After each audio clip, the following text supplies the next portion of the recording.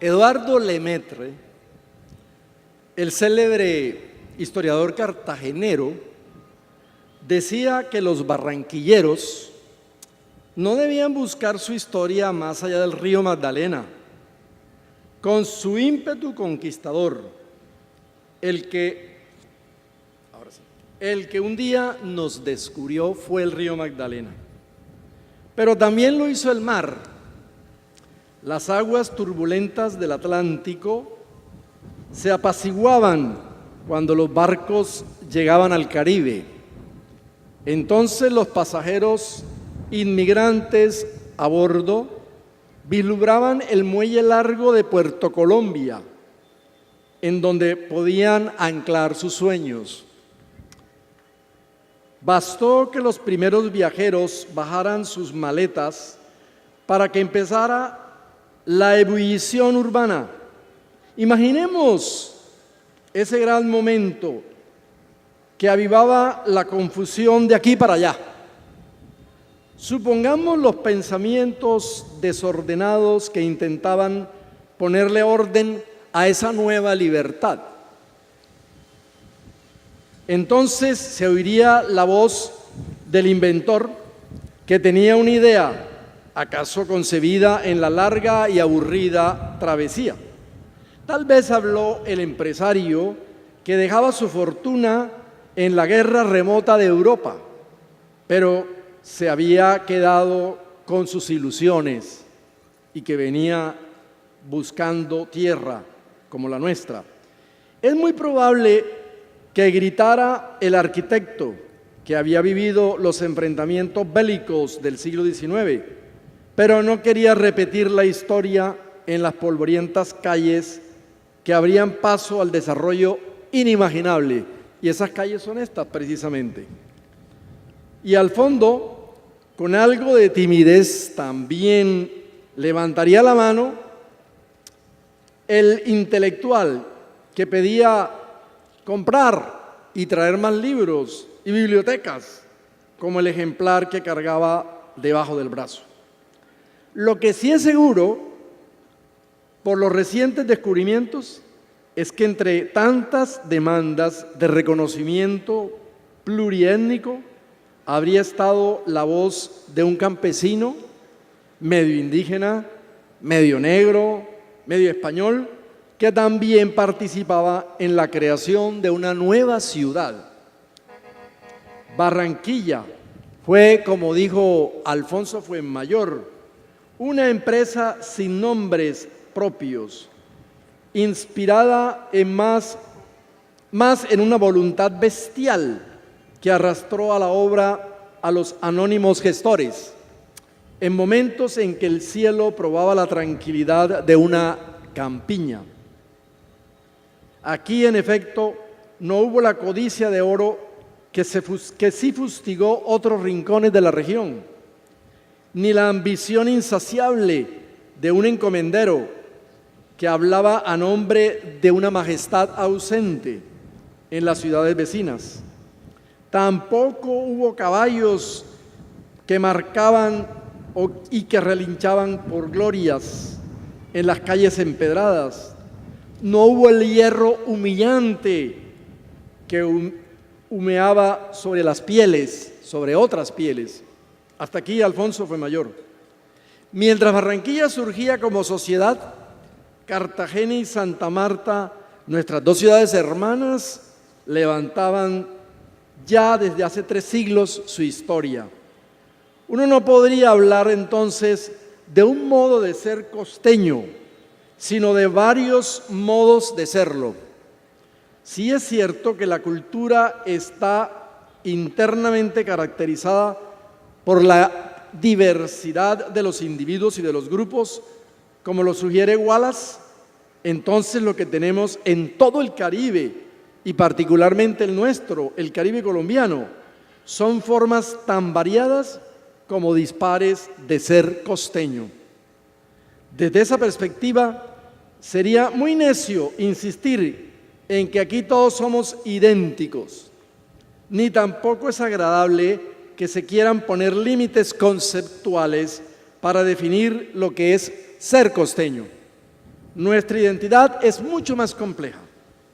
Aquí todo ocurrió, si se me permite la expresión, por esa suerte de antropología viajera que ha ocupado los espacios de luz y vegetación tropical de nuestra tierra.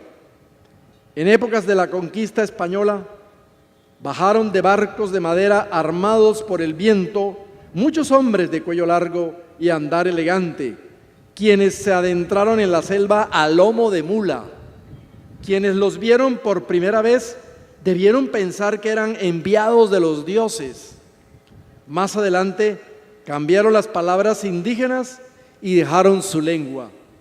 Cuando todo se ha consumado, quitaron las divinidades aborígenes y con la ternura de una oración o la fuerza de un inquisidor hicieron ver que solo había un Dios. Fue este el territorio escogido para proseguir con sus guerras milenarias. Fue de esa manera como la piedra de coral del Mar Caribe sirvió de testigo a batallas de lenguas, religiones y culturas. Lo increíble de esta historia es que es nuestra historia, es que nunca ha parado de narrarse.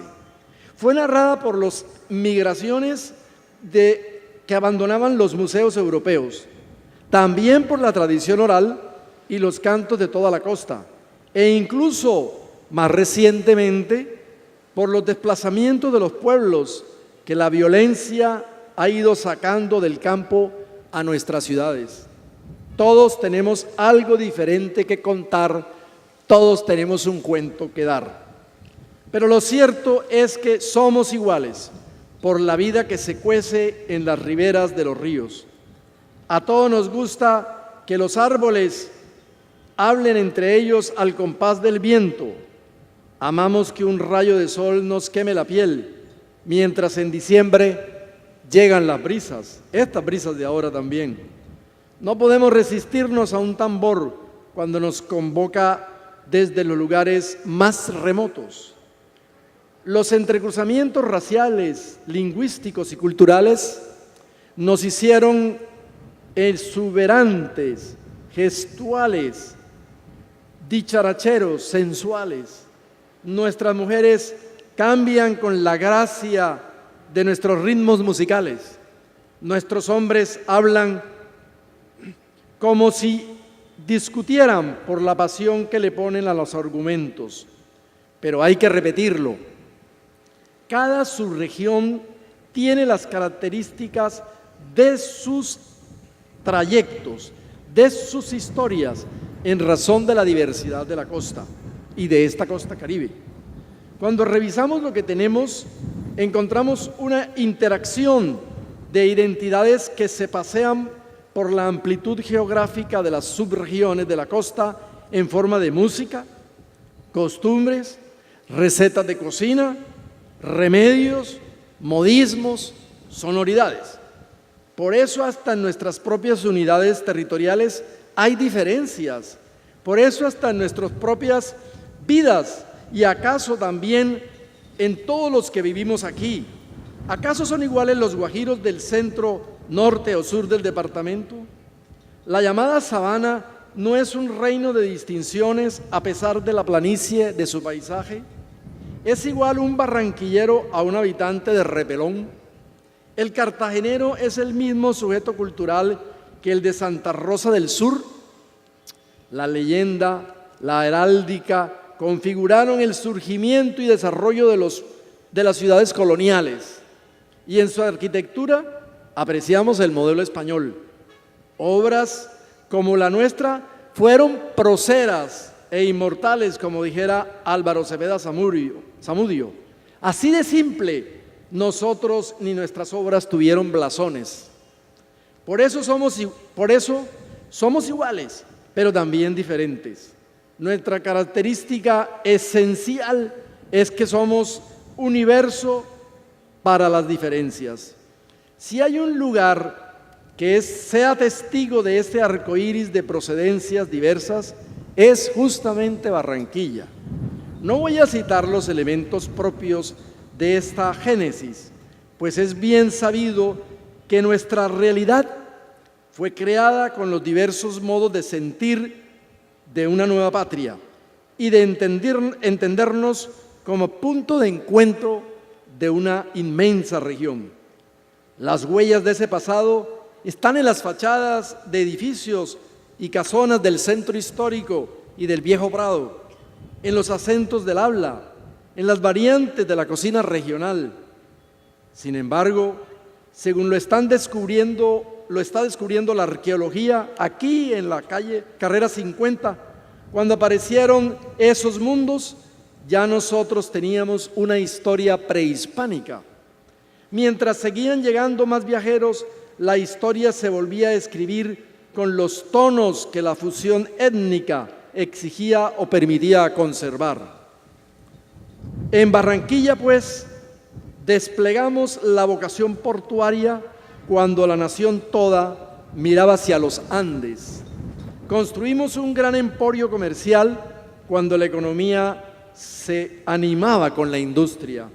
Fuimos fiesta cuando el país no terminaba de reponerse de las guerras de los 1000 días. El carnaval, de hecho, fue una invención de esta tierra en la que confluían diversas tradiciones del río Magdalena y de tierra adentro de la costa, con una batalla de flores que es una metáfora tan diciente. Decidimos celebrar el fin de las guerras. No podía ser para menos.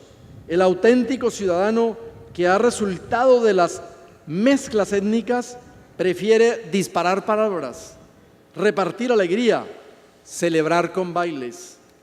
Cuando uno va a la vía 40 o se acomoda en los bordillos de la 44, lo que contempla es eso: los congos africanos que recuerdan a los palenques libres, los negros que se burlan de cualquier arrogancia, los indios que recuerdan nuestra pluriculturalidad, los extranjeros que se disfrazan de los nuestros que parodian hasta nuestras propias desgracias, así como los carnavaleros se entregan al derroche antes de expiar sus faltas cuando comience la Cuaresma.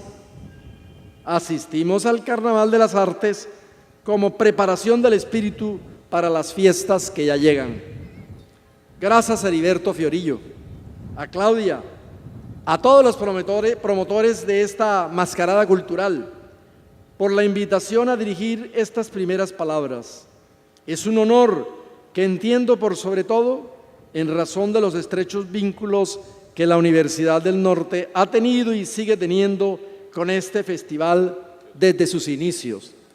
El Carnaval de las Artes es un homenaje a todos los que aquí vienen a acompañarnos a este festejo de la cultura. Aquí no hay extranjeros, no hay foráneos. Los visitantes adquieren la nueva ciudadanía en el mismo instante en que desembarcan. Esa es la razón por la que he dicho siempre: un barranquillero es el ser más universal de los individuos locales. De esta forma, declaro abierto el Carnaval de las Artes de 2018. Muchas gracias.